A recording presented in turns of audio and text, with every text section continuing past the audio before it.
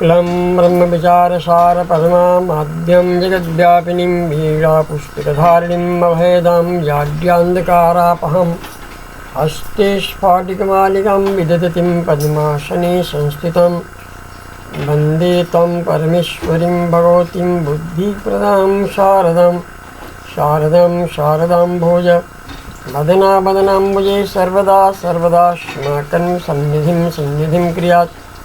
अद्याहम्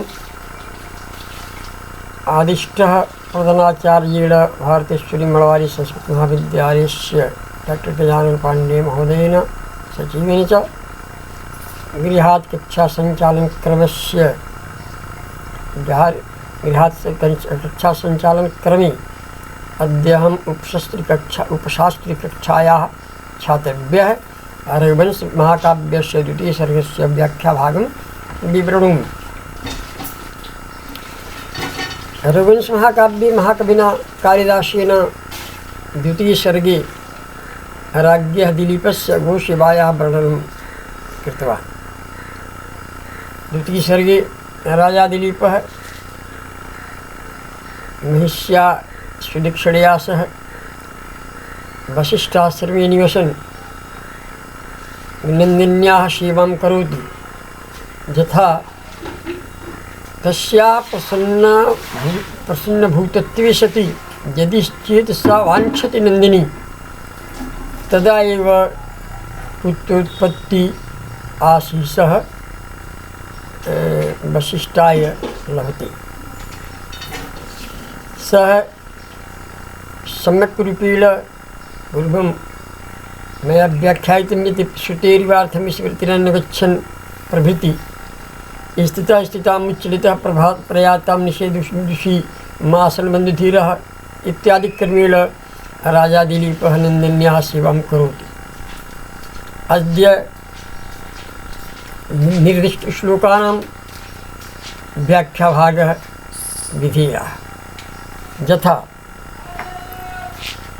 विसृष्ट्वपार्श्वानुचरस्य तस्य पार्श्वद्रुमापाशभृता समस्य उदीरयामाशुर्योन्मदानाम् आलोक्य शब्दं वयसां विरावैः। संदर्भः यथा प्रस्तोऽयं श्लोकः दीपशिखोपाधिविभूषितस्य कविमूर्धन्यस्य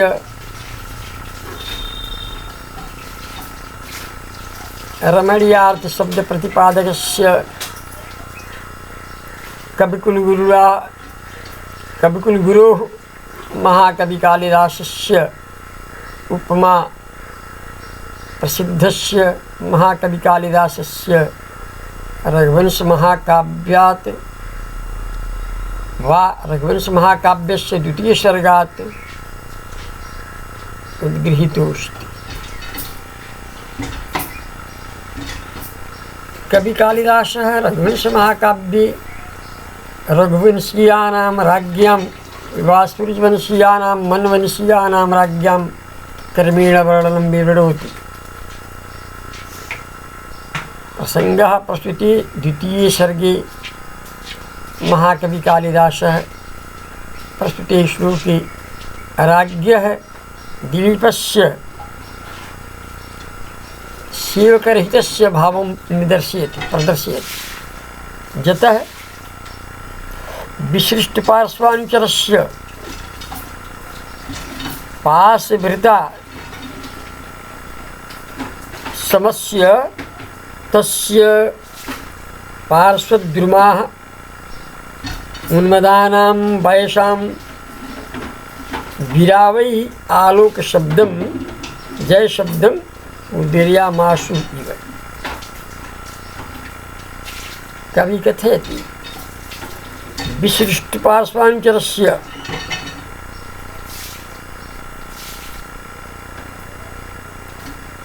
अत्र इतः आरभ्य श्लोकपर्यन्तं राज्ञः दिलीपस्य महिमा वर्णते। विशिष्टाः पार्श्वानुचराः पार्श्ववर्तिनः जनाः येन ये खलु पार्श्ववर्तिनः जनाः सेवकाः राज्ञः सेवकाः अनुचराः ते सर्वे विसृष्टाः अवरोधिताः राजधान्यां प्रेषिताः।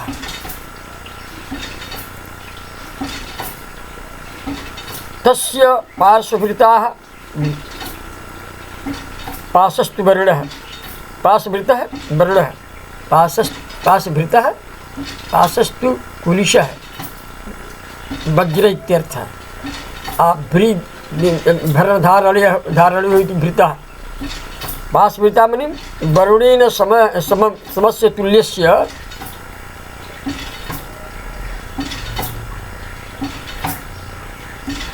तस्य राज्ञः दिलीपस्य पार्श्ववर्तिनः ये द्रुमाः वृक्षाः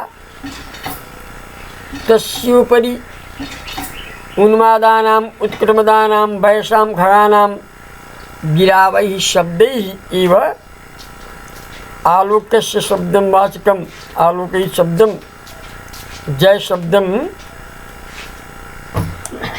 इति उदीरयामासु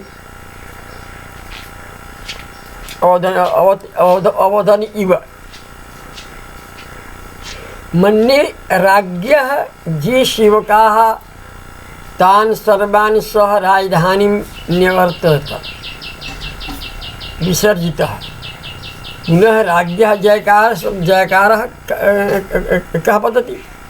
कः वदिष्यति। यत्र राजा तिष्ठति चलति गच्छति निवसति तत्र जयकार शब्दकृताः करणीयाः अनुचराः सेवकाः अपि वसन्ति इति नियमः। तर्हि कान्तारे जंगले वने तस्य राज्ञः जयकारं कः करिष्यति। तो कवि कथयति ये पार्श्वस्था द्रुमा वृक्षा तस्योपरि निवासिनः ये खगाः पक्षिणः ते उत्कट शब्दैः उच्च शब्दैः जय जयकारं राज्ञः जय जयकारं कुर्वन्ति इत्यर्थः। अर्थात हिंदी भाषायामपि अर्थः विधेयता। राजा ने अपने सेवकों को राजधानी के लिए विसर्जित कर दिया है कि गो सेवा राजा का कर्तव्य करना, सेवा का साथ में कोई सेवक नहीं रहेगा। विशिष्ट पार्श्वानुचरस्य का अर्थ हुआ विशिष्टाः त्याजिताः पार्श्व अनुचराः सहसेवकाः येन तस्य जिन्होंने अपने पास निवास करने वाले सेवकों का अनुचरों का त्याग कर दिया है, छोड़ दिया, उनको अपनी राजधानी भेज दिया है। जो पाशवृत्त मने पास मने कुलिश वज्र को भ्री धारण करने वाले हैं इंद्र, उनके समान जो बलशाली राजा दिलीप है। उनके पार्श्व द्रुमा जंगल में जो उनके समीपस्थ जो वृक्ष हैं उन वृक्षों पर उन्मदानाम वैसाम विरावही उन्मद मने उन्मत्त मदमस्त जो पक्षियाँ हैं उनका जो विराय है उच्चारण है उनकी जो बोली है मानो वो अपनी आवाज़ में ही राजा की जय जयकार कर रही हैं। इसका अर्थ यह हुआ। यहाँ मन्ये संकेत ध्रुवम प्रायोतित परीक्षालंकार है उपजात छंद है। आगे देखिए प्रयुक्ताश्च मृत्सखावं तमर्च्यमारादभिवर्तमानम् अवाकिरन् बाललता प्रसूनैराचारलायैरिव पौरकन्याः। प्रयुक्ताश्च मृत्सखावं तमर्च्यमाराद अभिवर्तमानम् अवाकिरन् बाललता प्रसूनैराचारलायैरिव पौरकन्याः।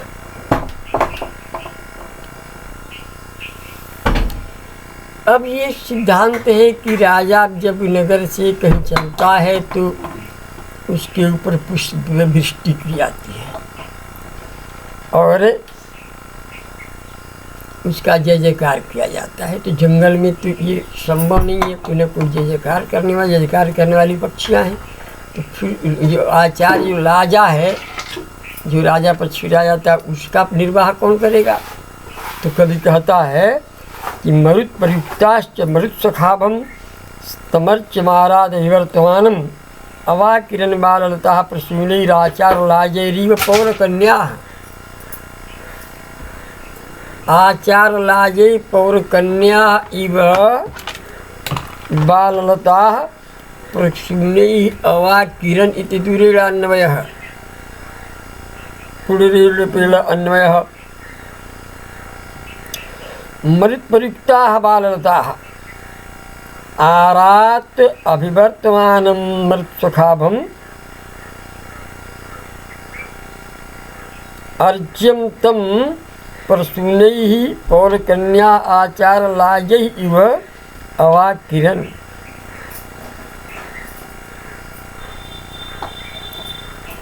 अत्र हो का गई बहू ये बच्चा आता है हननी का काम हो गई। हाँ अत्र अवलोक्यतां तावत्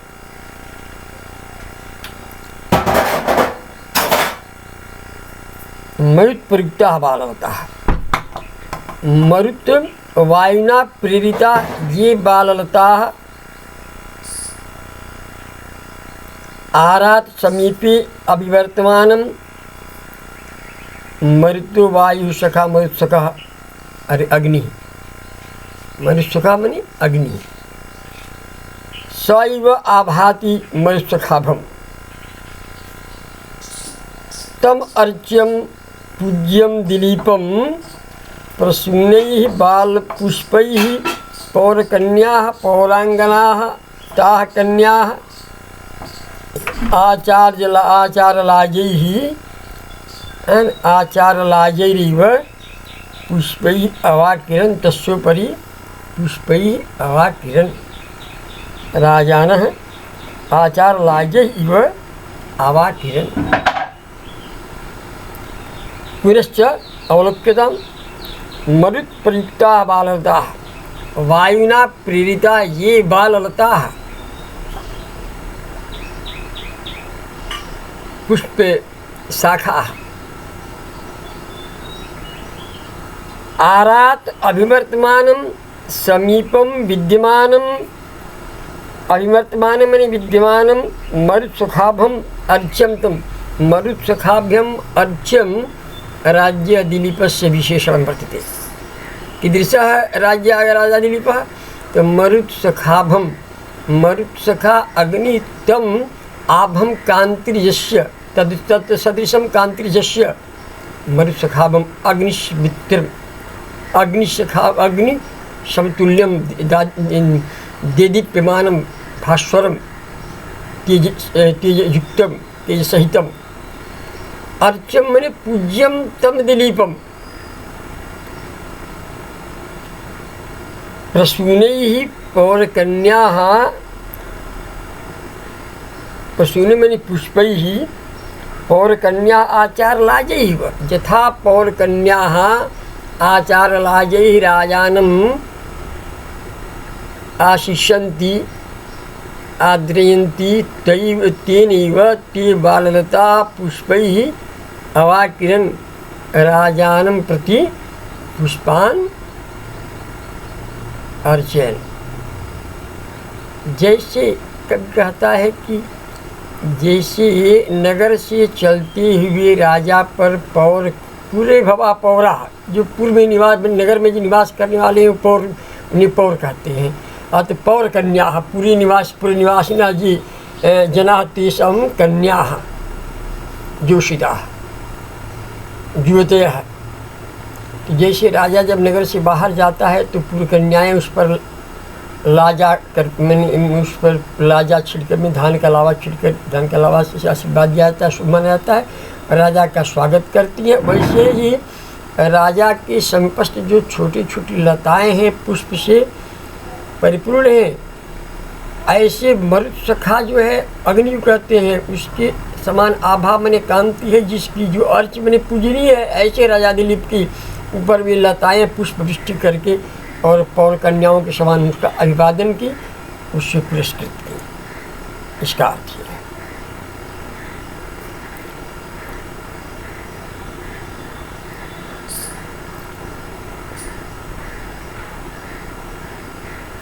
संस्कृते यथा नगर्यं पुरकन्याभिः राजा वृष्ट्या मंगलाचार विषयी चक्रे तथैवारण्येऽपि पवनचालिताभिः लताभिः कुसुमवृष्टिभिः सम्मानभाजनता सुराज्ञः सार्वत्रिकृति इति भावः। ये बात है। एक श्लोक और देख लीजिए आप। धनुभृतोप्यस्य दयार्द्रभावम् आख्यातमन्तः कर्णैः विशङ्कः विलोकयन्तु वपुराक्षरं प्रकामविस्तारफलं हरिण्यः। पुनश्च श्लोकः धनुर्भृतोप्यस्य दयार्द्रभावम् आख्यातमन्तः कर्णैर्विशङ्कितैः विलोकयन्तु वपुरापुरक्षणं प्रकामविस्तारफलं हरिण्यः।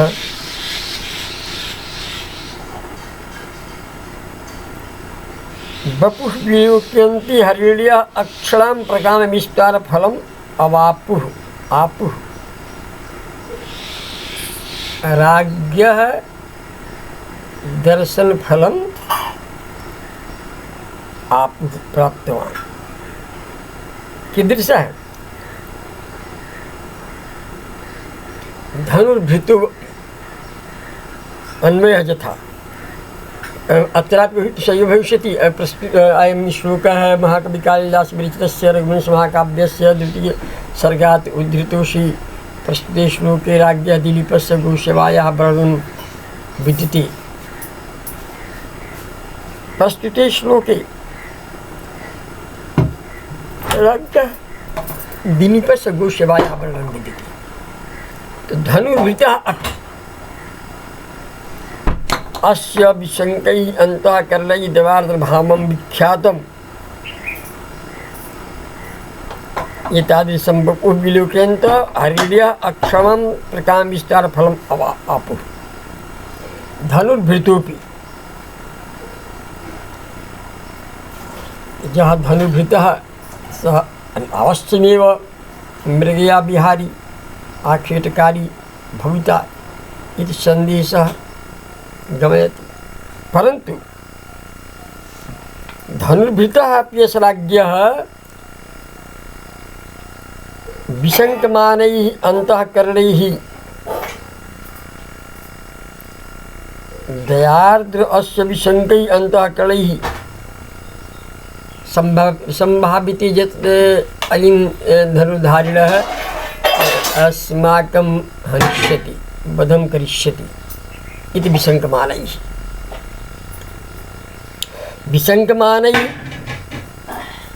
विशङ्कैः निर्भीकैः अन्तःकरणैः कर्तृभिः दया कृपा पररसेन आर्द्रभाव अभिप्रायस्य तत् दयार्द्रभावं तत् आख्यातं दयार्द्रभावं भावः सत्त्वस्वभावाभिप्रायशिष्ठात्मजन्मसु तथाविधं वपुः विलोकयन्तः हरिण्यः अक्षरां प्रकामविस्तारस्य अत्यन्त विशालताया फलम् आपुः प्राप्नुवन्तः। अर्थात विमलं कलुषी भवच्चेतः कथयत्येव हितैषणं रिपुं च इति न्यायेन स्वान्तःकरवृत्तिप्रमाल्यादेव विशब्दं ददृशुः इति। राजा धनुषधारी है, धनुष को धारण किया हुआ है, तो जिसके कंधे पर धनुष और तुरड़ी में बाण होगा, संभव है कि वो जंगली जानवरों की हत्या कर दे। इस तरह विशंकितः यद्यपि ये पशु में जो है धारिण इत्यादि शंकालु हैं, फिर भी मानी विदिता शंका जिसके अंदर शंका देख कर भी जिनके अंदर जो है शंका नहीं हो रही है, क्यों भाई? तो दयार्द भाव ख्यातम अंतःकरण, जिसका अंतःकरण ये दया से एकदम उत्प्रोत हो रहा है, लगता है कि इसके अंदर बहुत बड़ी दया, दयालु है, दया भरी हुई है। एक साहित्य की पंक्ति है, हृदय की आकृति मुख का प्रतिबिंब होता है। ये आचार्य जयशंकर प्रसाद की कामायनी का